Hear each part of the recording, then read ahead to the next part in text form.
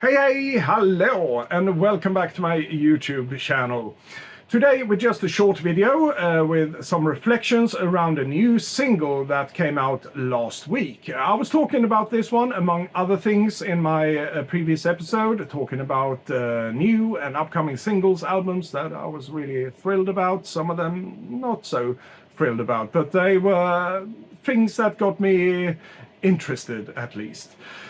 And one of them were Katy Perry's new single, Woman's World. I love that track, still do. I hasn't really changed my mind, but there are some things I need to address with this one. But before I do that, I want to say, since that previous episode, I also received the single in a physical format. This is a 7-inch, of course, and just talking about the production around this one, it's just glorious. To start with, I'm a sucker for colored vinyl. This one comes on a transparent orange vinyl, but most importantly, this sounds really, really good. The mastering, the pressing of this one is stellar in my book.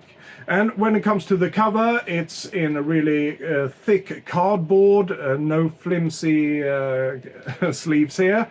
And it also comes with an inner bag for the record itself. So a really, really nice production for this 7-inch single. And you can still pick it up from Katy Perry's official store for less than £15, I think. So in today's crazy world, that's inexpensive, at least to me. But I was really pleased to receive that one because I love the song. The B-side, by the way, is just an instrumental, which I don't care too much for, but it's got all the right hooks to me, and like I said, high energy pop. I just love it. But you know what? I've never been a big lyrics guy when it comes to pop music, especially because, you know, when you put on a dance pop record or something like that, it's not the lyrics that gets you hooked in straight away, at least not with me. It's how the song structures, the different hooks in it, and so forth and so on. It's different when you're speaking of artists like one of my favorite artists, Susanne Vega, for example, where the lyrics actually carries the song. You listen to every single word that she sings. So it's quite different from when you're listening to pop, at least in my world. Not very profound lyrics, but it's a very good message about female empowerment through the ages and how they can be fierce, how they can be strong, and all of that. So a great message through that pop song, and a brilliant produced tune. I have to give them that. Got some really good hooks, especially in the chorus. I love all about this high energy pop track as it was. But we need to address the elephant in the room. And I know I'm late to this because when I talked about it last week, I didn't really reflect on any production credits or anything like that. I knew leading up to this single there had been rumors around a certain producer being included on the single and the forthcoming album as well. But I was like, no, surely she wouldn't do that. But yes. Reading the credits for this single, we have it written by Katy herself, of course, and Dr. Luke. That is the elephant in the room in this case. But we also have Vaughan Oliver, Aaron Joseph, we have Rocco Valdez, more known as Rocco Did It Again, and we have Chloe Angelidis. So we got a bunch of really great producers here. But like I said, the elephant in the room is Dr. Luke. So I'm not going to go into the whole backstory of what Dr. Luke has been accused of, what he allegedly done, because that is the case. He's never been proven guilty in a court. I think everything started, was it 2016, 17, something around there, with Kesha making claims against Dr. Luke. But like I said, I won't go into it here. There are other channels here on YouTube that's done a brilliant job of putting together timelines of the different things that were happening around Dr. Luke. So a bit of a backstory when it comes to Katy Perry and Dr. Luke. He's been a producer and a writer for her first 3 albums, and that is the One of the Boys and Teenage Dream, of course, and then Prism. Brilliant production. I won't take that away from Dr. Luke. He has an ear for good production, creating good melodies and all of that. But then on Katy's follow-up to Prism, which is of course Witness, not one of my favorite albums, to say the least, when it comes to Katy Perry, but it does have a couple of decent tracks on it at least. But she decided on this album not to include Dr. Luke, which was a wise move in my book. And also on the following album, which I talked about here in my latest previous episode, that is, Smile.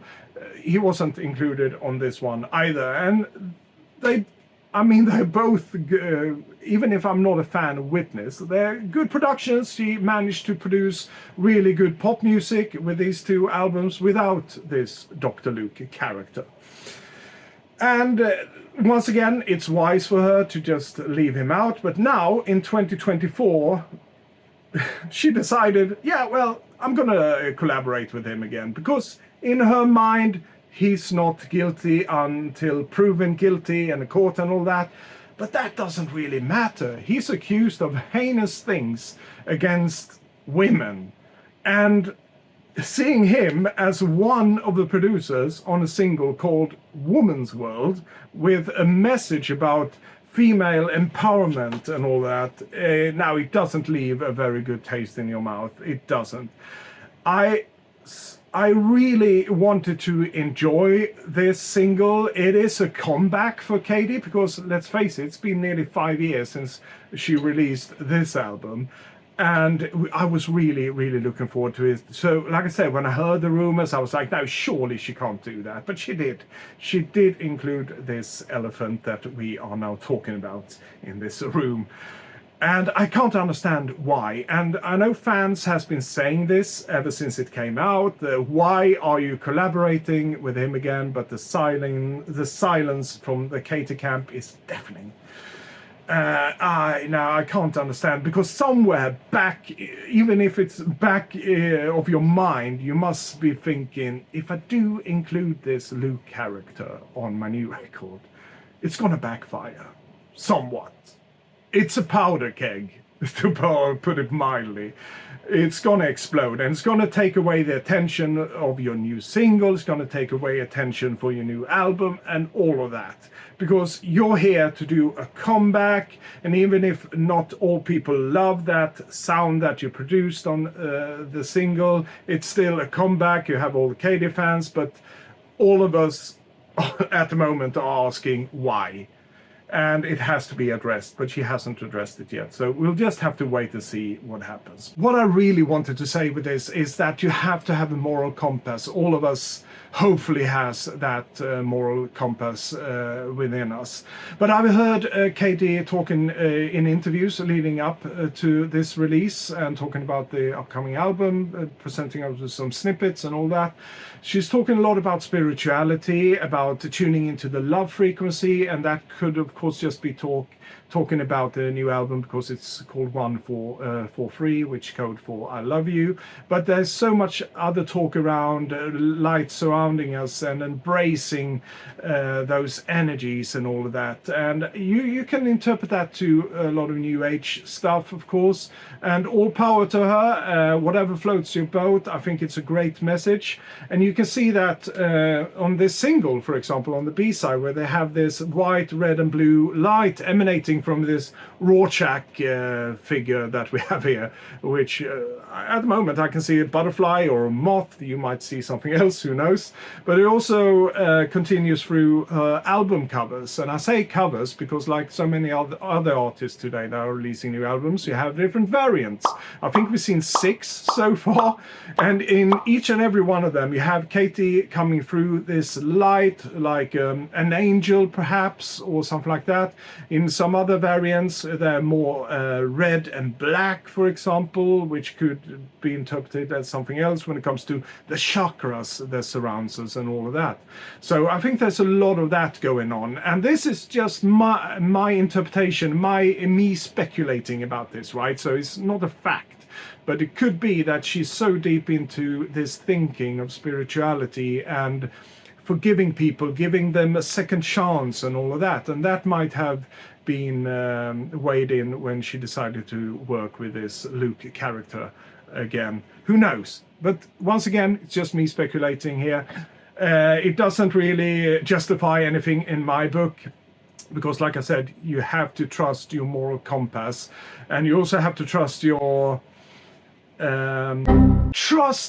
ability to use your own skills, other producers' skills, because even if this said producer with a very checkered past and rumors surrounding him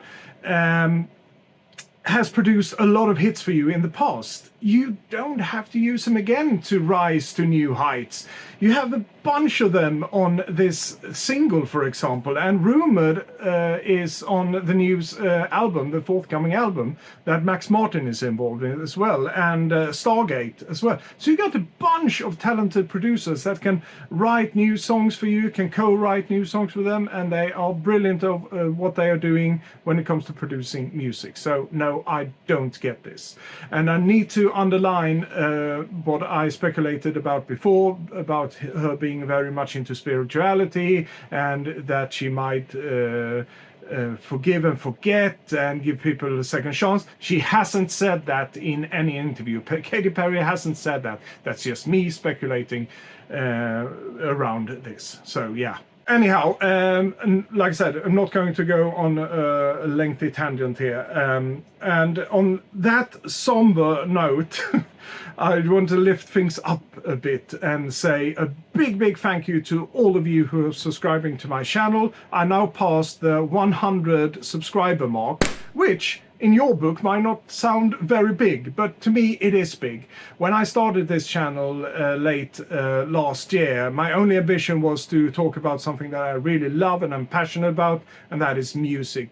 Me growing up in the 80s with a lot of pop music, there's a lot of focus on that, but also talking about later music in all different genres, me discovering new music and all of those great things.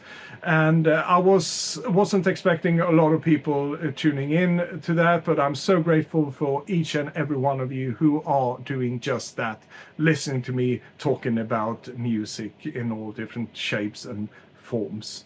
And I also love all you people who leave comments on my videos, if it's just feedback or it could be recommendation around artists that I would probably love listening to. I do appreciate them all. And all of you who gives me a thumbs up on a video, I really appreciate that. It really gets me motivated, and what gets me even more motivated is all of you who are subscribing to my channel as well. So please consider giving me a thumbs up if you really like what you're hearing and seeing, and perhaps consider subscribing as well. It will motivate me even more. And yeah, that's it. That's all I want to say. A big heartfelt thank you to you all. So until next time, you all take care of yourself, and as usual, adieu.